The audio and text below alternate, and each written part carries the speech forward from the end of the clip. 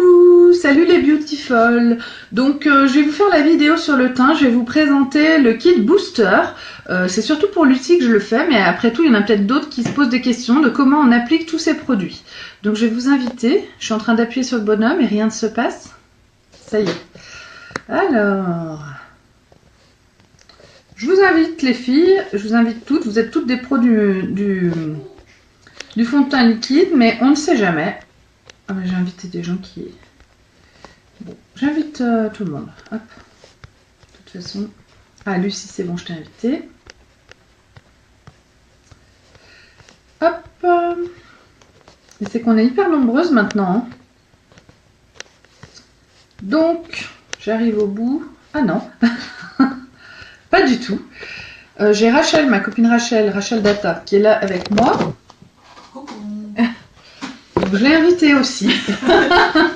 Salut les filles. Donc, à la demande de Lucie, je vais vous faire, coucou Caro, je vais vous faire la vidéo pour vous montrer comment on fait son teint avec le kit booster. Donc mon kit booster il est là, j'ai mon fond de teint liquide Taffeta, j'ai ma base Glorious, j'ai mon correcteur de teint, moi c'est le Organza que j'utilise là, et j'ai mon spray, ma brume fixatrice Behold. Donc, du coup je vais me faire mon teint que avec ça, pour vous montrer comment on l'utilise. Il nous faut un pinceau plat pour appliquer le fond de teint liquide. Donc le pinceau plat de chez Unique est juste génial. Il a des poils qui sont très agréables, qui ne grattent pas la peau. Ils sont d'une douceur absolue, avec un trou au milieu qui permet de mieux répartir le fond de teint sur tout le visage. C'est un investissement qui en vaut vraiment la peine. Mais chaque chose en son temps, si vous pouvez pas tout acheter tout de suite, c'est pas grave, mais ce qu'il vous faut c'est au moins un pinceau plat. Moi j'ai commencé au départ avec un pinceau plat de chez Nocibé qui faisait l'affaire, mais maintenant que je suis passée à celui-là, je ne pourrais plus revenir en arrière, c'était vraiment de la merde. mais en attendant, au début on peut pas forcément investir dans tout, donc on fait comme on peut. Et il vous faut comment ça s'appelle ça? Moi je dis une éponge parce que j'arrive pas à le dire. Une éponge pour appliquer le correcteur de teint pour les cernes. Donc on y va, on commence le teint avec la base Glorious. Moi ce matin je me suis nettoyé le visage, je me suis mis ma crème de jour, donc moi c'est la Royalty Renaissance Cellulaire, j'enlève mon piercing de nez, et mon sérum Estime sur mes cils. Donc j'attaque le teint avec la base Glorious. La base Glorious, elle permet de resserrer les pores, de lisser le teint. Donc elle va venir s'insinuer dans toutes les petites imperfections qu'on a sur le visage, les petites ridules, etc. Et ça va nous permettre d'avoir un teint beaucoup plus lisse. Au toucher, ça donne vraiment une douceur à la peau qui est exceptionnelle. Quand on fait essayer la base Glorious, c'est vraiment quelque chose qu'on vend très facilement. Donc j'en mets une noisette sur mes doigts et je l'applique sur tout mon visage. Hop. Donc ça rend vraiment doux. Ça fait aussi une barrière entre la peau et le fond de teint. Ça permet d'éviter que les pores s'encrassent avec le maquillage. La base Glorious, elle est vraiment géniale. Elle permet aussi au maquillage de mieux tenir. Elle régule la transpiration. Elle a toutes sortes d'avantages et d'atouts. Et quand on met le fond de teint liquide, sans la base, le résultat n'est pas aussi impeccable. C'est vraiment l'association des deux qui donne un résultat vraiment merveilleux. Donc, moi au début j'avais oublié une fois de mettre ma base et je trouvais que mon fond de teint me faisait des traces, des rides, des trucs. Et on m'a dit mais t'as mis ta base et je me suis rendu compte que non. Et le problème venait de là. Moi je ne mets jamais le fond de teint liquide sans la base. Donc ma base est mise, donc je suis prête à appliquer mon fond de teint liquide. Donc le fond de teint liquide, voilà comment il se présente. Donc pour l'ouvrir, je vais d'abord vider ce qu'il y a dans ma pipette. Donc j'appuie sur ma pipette, je sors ma pipette, je continue à vider ce qu'il y a dedans à l'intérieur de mon pot et ensuite je vais mélanger le tout pour que ma solution soit bien homogène, pour que les pigments soient pas au fond du pot de fond de teint. Comme on l'utilise avec un pinceau plat, seules 3 ou 4 gouttes suffisent pour tout le visage. Moi j'utilise 4 gouttes. Salut Angie, salut Caro, salut Mélanie, salut Séverine. Je vous ai même pas dit bonjour les filles, salut Ludivine, j'ai dû dire salut les filles. Voilà, donc je mélange bien. Et une fois que c'est mélangé, je vais prélever en fait mon produit et je vais mettre 4 gouttes. Les 4 gouttes, on les met au milieu du trou. Si on y arrive, 1, 2, 3 et 4. Hop. Et ensuite, on va venir appliquer notre fond de teint. Donc le fait que ce soit au milieu du trou, ça permet de mieux répartir le fond de teint partout sur le visage. Ensuite, on va faire des pointes partout. Tac. des petits points un peu de partout. Et on fait des cercles. On fait des cercles pour étaler le fond de teint au niveau de la peau. On monte bien jusqu'aux racines des cheveux. Et là, on va étaler. Il a une légère odeur vanillée, mais très très légère.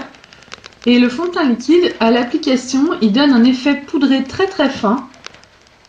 Et le rendu est vraiment très naturel et très beau. Et il permet vraiment de lisser, d'unifier le teint. Il a une couvrance qui est moyenne, du coup, il va juste unifier en mettant un tout petit peu de couleur, ce qui donne un aspect plus jeune, mais très naturel. Et ça, c'est assez intéressant. Donc, on fait des cercles, on en met bien dans le cou aussi. Et on étale partout. Donc, ce qu'il faut savoir, c'est surtout pour Lucie que je fais cette vidéo, mais après tout, ça intéresse peut-être tout le monde.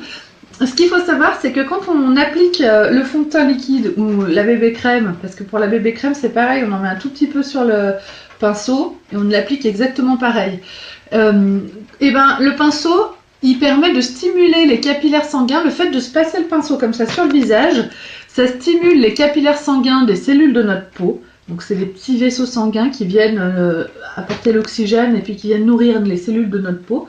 Ça les stimule, ça veut dire que ils vont être mieux irrigués, il va y avoir plus de sang qui va venir sous notre peau, nourrir nos cellules. Et donc, juste le fait de se passer le pinceau sur le visage, ça permet de ralentir le vieillissement, d'augmenter l'élasticité de la peau, d'avoir des cellules en meilleure forme et du coup un aspect plus jeune de notre peau. Et ça, c'est important quand même. Moi, j'en parle beaucoup parce que je trouve que c'est quand même important. Parce que ce qu'on veut, c'est avoir l'air jeune. Hop. Et voilà, donc c'est terminé, j'ai appliqué mon fond de teint, donc mon teint est unifié. J'ai toujours des petites imperfections, par exemple là j'ai une petite trace, on les voit toujours, mais globalement j'ai un aspect plus unifié.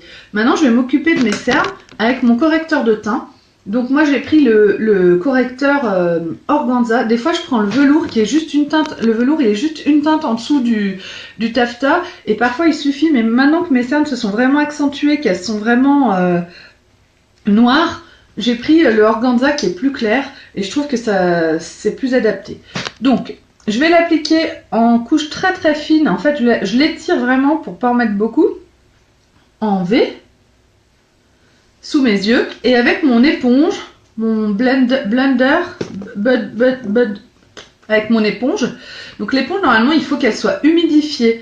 Bon, elle est un peu humide parce que hier je l'avais humidifiée, mais j'aurais dû la mouiller un petit peu. Et donc avec l'éponge, je vais venir tapoter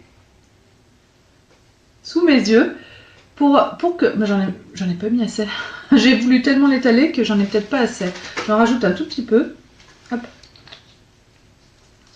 Donc en fait, on va venir tapoter sous les yeux et on va venir étaler la matière, mais on ne tire pas dessus.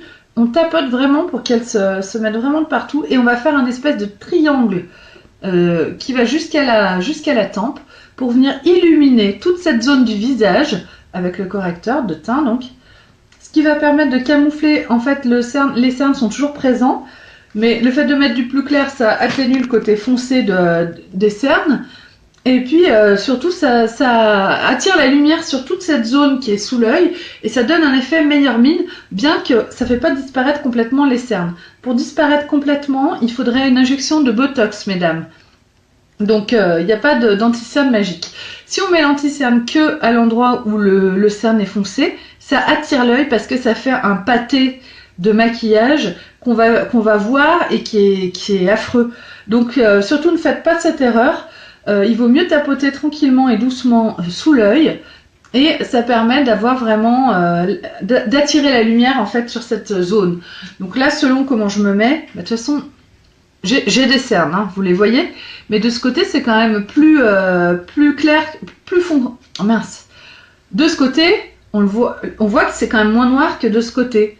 Ils sont quand même atténués. Et quand la lumière est affreuse aujourd'hui. Ça vient pas de mes cernes, ça vient de la lumière. Donc, je le fais des deux côtés. Tac.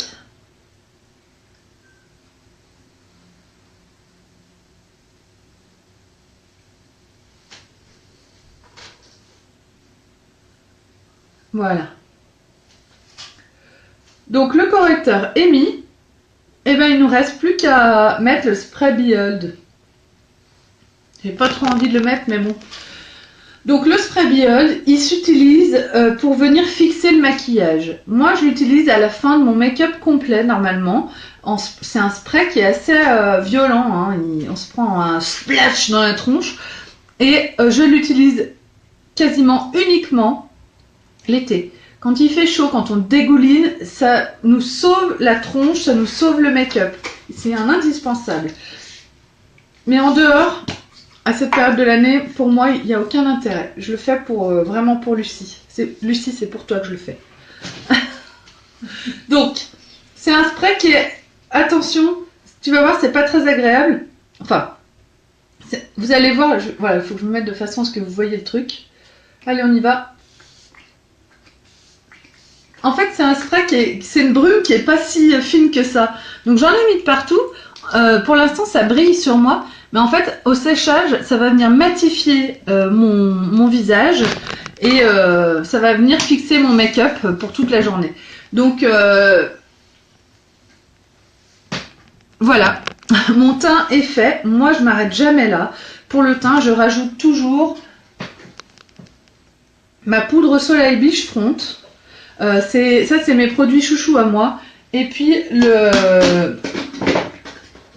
le fard à joues. Alors, mon préféré, c'est vraiment le Supported qu'on a eu au Kudo du mois d'août, mais il n'est pas en vente, donc je peux pas le montrer.